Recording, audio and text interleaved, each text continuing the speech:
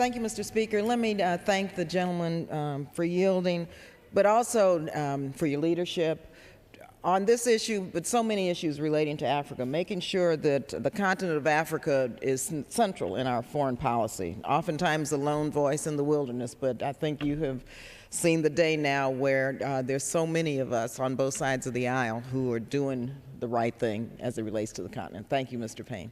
Let me say how happy I am today that this resolution commemorating the 90th birthday of Mr. Mandela, one of the greatest and most beloved statesmen of the 20th century, is before us.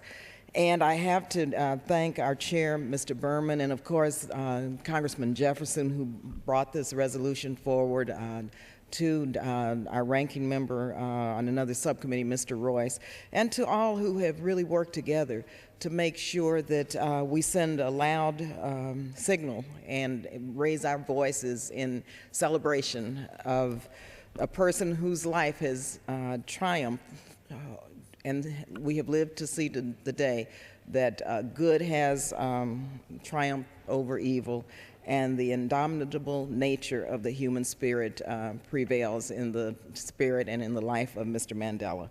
For 27 years, Nelson Mandela's struggle personified the fight against apartheid with a very dignified defiance. He never compromised his political principles or the mission of the anti-apartheid movement. Now, in the 70s and in the 80s, like many, I proudly served as a foot soldier in that movement. Through demonstrations and boycotts, divestment campaigns, being arrested, we all expressed our outrage at the cruelty of apartheid, even while continuing to fight injustices at home in the United States. It was really a very proud day for myself and all of us when the Congress passed legislation in 1986, sponsored by my predecessor, a great statesman, former Congressman, now Mayor Ron Dellums, overriding President Reagan's veto, imposing sanctions against South Africa, putting our country on the right side of history. Those sanctions really did help signal the death knell of apartheid. And under the leadership of our own Congresswoman Maxine Waters, I was very proud of the fact that she introduced sanctions in our state of California, and made our state the first state to divest. And they both very recently were awarded with one of South Africa's highest honors. Not all freedom fighters live to see their struggle bring about the change that they imagined. Nelson Mandela did. He emerged from the infamous Robben Island prison to unite and to lead a nation transformed from racial tyranny to a thriving multiracial democracy. South Africa now guarantees equal rights for all. President Mandela retired from political life in 1999, but he continues to lend his voice and moral authority to causes. May I have an additional minute, Mr. Payne? I yield additional minute to the gentlelady. Gentlelady is recognized for additional minute. Thank you very much. As I was saying, President Mandela continues to lend his voice and his moral authority to causes that affect the world, such as the global AIDS pandemic, poverty, and human rights.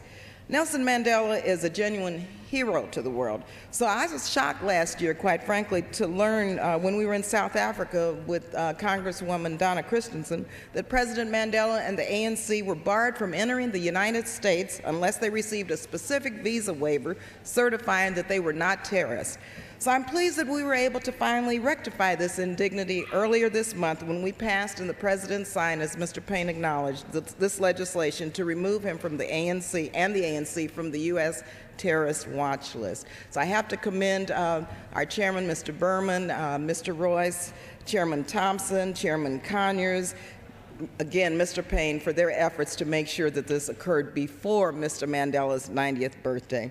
Just as that legislation was a fitting tribute to his legacy, this too is an opportunity for us to express our appreciation to President Mandela for his unfailing belief in the power of people to change. Thank you very much, Mr. Payne. Gentlelady yields back her time.